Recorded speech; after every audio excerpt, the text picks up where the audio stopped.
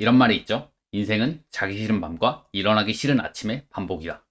저는 상위 0.06% 안에 드는 성적으로 최상위 약대에 장학생으로 입학했고 공부의 틀을 잡는 방법을 알려드리는 채널을 운영하고 있습니다. 공부하는 시간을 제외하고 하루 중 가장 많은 시간을 차지하는 수면 시간에 대한 프레임을 잡아드릴게요. 딱 두 단계로 구성된 이 방법만 그대로 적용하신다면 여러분 수험 생활에서 잠 문제는 깔끔하게 해결되실 거예요. 1단계, 최소 수면 시간 찾기. 먼저 하나 짚고 넘어갈게요. 열심히 하는 공부라고 하면 여러분에게 떠오르는 모습은 무엇인가요? 하루에 서너 시간만 자고 나머지 시간은 다 공부만 해서 하루에 18시간을 공부했다. 이런 모습 아닌가요? 이런 공부가 보기에는 멋지지만 현실적이고 효과적인 공부 방법은 아닙니다. 공부는 효율입니다. 잠을 줄이면서 공부하는 것은 멋져 보일 수는 있어요. 나 어제 새벽 5시까지 코피까지 흘리면서 공부했어. 이렇게 말하면 대단해 보이죠? 공부 되게 열심히 한 것 같고. 근데 이런 건 퍼포먼스, 쇼에 가깝습니다. 제 기준에서는 오버페이스로 공부하다 코피까지 흘렸다? 오히려 지적받아야 하는 일이라고 생각합니다. 우리는 장거리 경주를 하고 있잖아요. 지나치게 적은 수면 시간으로는 끝까지 갈 수가 없습니다. 이 부분을 꼭 명심해 주세요. 제가 말씀드리는 최소 수면 시간이란 공부 효율에 지장을 주지 않을 정도의 수면 시간 중 가장 적은 시간을 뜻해요. 이 시간은 개인차가 있어서 제가 정해드릴 수가 없어요. 여러분이 직접 시행착오를 겪으면서 이 시간을 찾아보셔야 해요. 대부분은 6시간에서 8시간 사이입니다.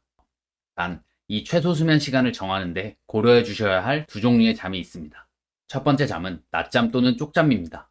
많은 사람들이 식곤증을 겪습니다. 이건 밤에 충분히 잤더라도 나타나는 자연스러운 현상이니 걱정하지 않으셔도 됩니다. 식곤증은 특히 점심에 심해서 많은 사람들에게 1시에서 3시는 최악의 효율을 내는 시간대입니다. 자연스러운 현상인 건 알겠고, 그럼 어쨌든 내가 저때 공부를 하기 힘들다는 문제는 있다는 거잖아요. 이렇게 문제를 포착했으면 해결을 해줘야겠죠? 식곤증이 문제라면 잠으로 해결하세요. 낮잠을 주무시면 됩니다. 점심시간에 밥 먹고 양치를 하면 보통 25분 정도가 남아요. 그중 20분 정도를 낮잠에 쓰시면 됩니다. 그리고 남는 5분은 다시 잠 모드에서 공부 모드로 되돌리는 데 쓰시면 됩니다. 자리에서 일어나 무조건 화장실에 갔다 오세요. 이때 화장실 가기 귀찮아서 분명히 머릿속으로 합리화를 하실 거예요. 아니야, 그냥 깰 수 있어. 화장실 안 갔다 와도 될 것 같아. 이러면 높은 확률로 다시 졸다가 자게 됩니다. 화장실 가서 손에 물 묻히면서 잠 깨고 오세요. 그런데 이렇게 잤더라도 1시에서 3시 사이의 효율이 완전히 회복되지는 않습니다. 효율이 떨어지는 시간대는 전략을 짜서 극복하셔야 합니다. 이때는 잠이 깰 수 있는 성격의 공부를 하시는 것이 좋아요. 손을 계속 움직이는 문제풀이라거나 내가 좀 더 집중을 잘 할 수 있는 과목을 공부하시는 것이 좋습니다. 여기에 추가로 공부 중간중간에 졸리거나 뇌에 과부하가 온 느낌이 들 때가 있어요. 공부 중간에 정신력과 체력을 가장 효과적으로 회복하는 방법이 바로 쪽잠입니다. 쉬는 시간을 이용해서 5분에서 10분 정도 쪽잠을 주무시면 됩니다. 만약 주변 사람도 있는 공간에서 공부하신다면 이어폰에서 나오는 알람 어플이 필요하실 거예요. 알람이, 리스트 타이머, 이어폰 알람. 다 이어폰에서 알람이 나오게 할 수 있는 어플이니 마음에 드는 어플을 골라서 사용하시면 됩니다. 두 번째 잠은 주말에 추가로 자는 잠이에요. 최소 수면 시간만 자도 수험 생활은 가능하지만 육체적, 정신적으로 수면에 대한 불만족을 겪게 될 확률이 높습니다. 장기전이기 때문에 이 부분도 해결을 해줘야겠죠. 그래서 토요일 밤에는 평소보다 2시간 정도 더 주무시는 것이 좋습니다. 그냥 일상생활을 하다가도 한 번씩 몰아잘 때가 있죠.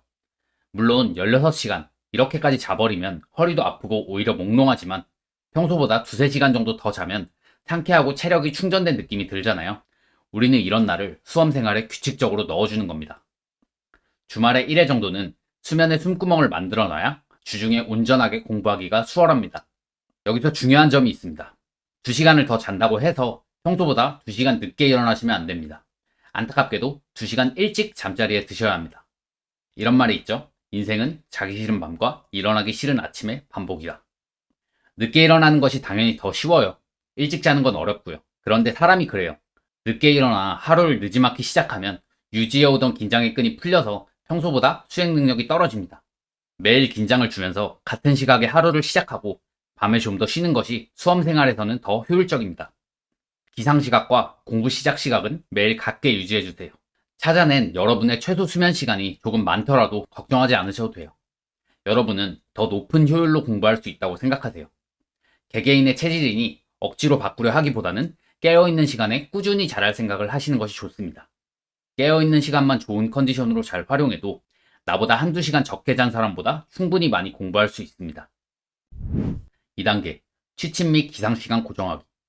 매일 수면의 양이 일정하다고 해도 취침 및 기상시간이 계속 달라지면 수면 리듬이 깨지기 때문에 생체 시계가 정상적으로 작동하지 않습니다. 이렇게 되면 집중력, 판단력, 기억력이 떨어지고 낮에도 최상의 컨디션이 나오지 않아요. 그래서 수험생은 취침 및 기상 시간을 꼭 고정해 주셔야 합니다. 기상에 대해서는 위의 영상에 자세히 나와 있습니다. 여기서는 취침에 대해 다뤄볼게요. 기상을 하려면 시각과 청각을 자극해주면 되죠. 반대로 취침을 하려면 시각과 청각을 잘 차단해주면 됩니다. 첫 번째, 청각 차단하기. 주무실 때 가족들이 거실에서 TV를 보거나 얘기를 하면 숙면에 방해가 됩니다. 가족분들은 방해가 되는지도 모르고 계실 수도 있어요. 별것 아니라고 생각하지 마시고 꼭 잘 말씀드려서 협조를 구하세요. 여러분의 시험이 훨씬 중요합니다. 죄송해서 TV 꺼달라는 말씀도 못 드리고 불합격하는 착한 자녀보다는 조금 이기적인 수험 생활을 하고 합격하는 자녀가 되세요. 그게 더 효자입니다. 두 번째, 시각 차단하기. 수면 프레임 잡기에서 가장 중요한 부분입니다. 취침 시간을 고정하라고 말씀드리면 많은 분들이 취침 시간에 눕기까지는 어렵지 않게 합니다. 그런데 그 시간에 눈을 감는 사람은 별로 없어요. 모두 잘 아시겠지만 핸드폰 때문입니다. 이렇게 되면 여러분이 정한 수면 시간이 8시간이라고 해도 실제로는 7시간, 6시간밖에 못 자게 됩니다. 절대 취침 시간 이후에는 핸드폰을 보시면 안 됩니다. 우리 몸에서 분비되는 호르몬 중에 멜라토닌이라는 수면 유도 호르몬이 있어요. 그런데 핸드폰의 불빛이 눈에 들어오면 이 멜라토닌의 분비가 억제돼서 잠들기가 어려워지고 잠들었다고 해도 숙면을 취하기가 어려워집니다. 굳이 이렇게 과학적인 근거까지 가져오지 않더라도 핸드폰을 하다 수면 시간이 줄어든 경험은 누구나 있으실 거예요. 솔직히 사람이 밤에 핸드폰 좀 하다 늦게 잘 수도 있어요. 그런데 안타깝게도 지금은 안 됩니다. 수험생일 때 밤에 핸드폰 보는 것의 무게와 수험생이 아닐 때 핸드폰 보는 것의 무게는 차원이 다릅니다. 저도 밤에 핸드폰 보는 거 좋아하지만 딱 재수할 때만큼은 참았습니다. 핸드폰 받다가 떨어지면 내가 그렇게 했던 게 계속 생각나고 후회될 것 같았어요. 여러분이 얻고 싶은 것이 있다면 버리는 것도 있어야 합니다. 딱 합격할 때까지만 참아주세요. 정리하겠습니다. 1단계, 자신에게 맞는 최소 수면 시간을 찾는다. 이때 낮잠과 쪽잠, 주말 추가잠을 고려한다.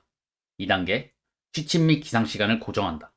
기상 시에는 위의 영상을 참고한다.